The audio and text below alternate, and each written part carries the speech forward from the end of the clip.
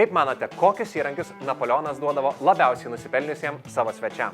Gryno aukso, aliuminius ar porcelianinius? Pagalvojam.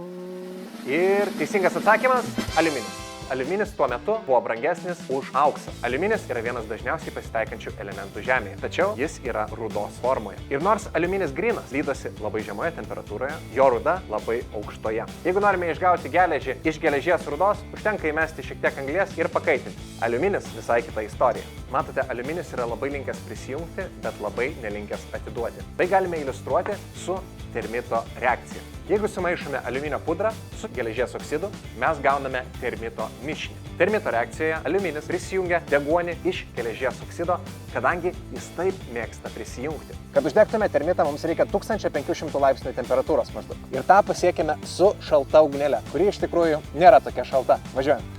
Tokiu būdu taipogi išskiriama neįtikėtinos kiekis šilumos ir mišinys pasiekia beveik 3000 laipsnių temperatūrą, kurioje netgi mūsų keptuvė, pagaminta iš to pačio aliuminio, lengvai išsilydo. Napoleono laikais, kad išgrynintume aliuminį, mums reikėjo dar stipresnių, dar labiau mėgstančių prisijungti metalų. Pavyzdžiui, natris. Jie buvo neįtikėtinai brangus ir, kadangi procesas buvo labai sudėtingas, su brangiais metalais jis buvo labai brangus. Aliuminio išgavimas buvo labai brangus iki pat XIX amžiaus pabaigos, kai atsirado elektrocheminis Halo-Heralto procesas, kuris viską labai stipriai atpigino.